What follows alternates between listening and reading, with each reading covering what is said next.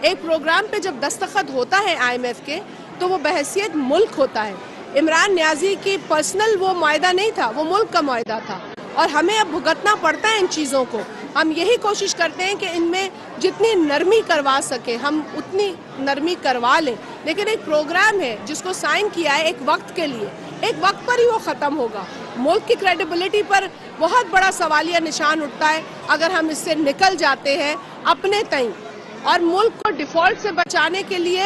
ملک کو مزید مشکلات سے بچانے کے لیے کچھ مشکل فیصلے کرنے پڑتے ہیں, لیکن یہ دور اندیش فیصلے ہیں, آگے کی سوچ رکھ کر ہمیں کرنے پڑتے ہیں, آگے کی ویژن کی روشنی میں ہمیں کرنے پڑتے ہیں. عمران خان جو جیل بھرو کا ڈرامہ کر رہا ہے, میں تو پہلے یہ پوچھتی ہوں کہ جب تمہیں جیل جانا ہے تو تم بیل کی ضد کیوں کرتے ہو؟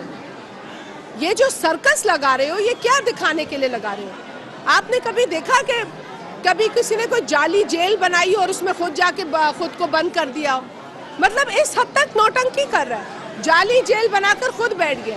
اس کو بتائے کوئی MRD کے کارکنان یہاں ہیں, MRD کی تحریک دیکھی ہے آپ لوگوں نے دیکھا ہے جیل جانا کیا ہوتا ہے, صحافیوں کو بھی پتا ہے. ذرا اس شخص کو کوئی بتائے کہ جیل جانا ہوتا کیا ہے. یہ نوٹنکی اور سرکس بند کرے, کیونکہ پاکستان اس وقت جن حالات سے گزر رہا ہے وہ اس طرح کی انسٹیبلٹی کا متحمل نہیں ہے.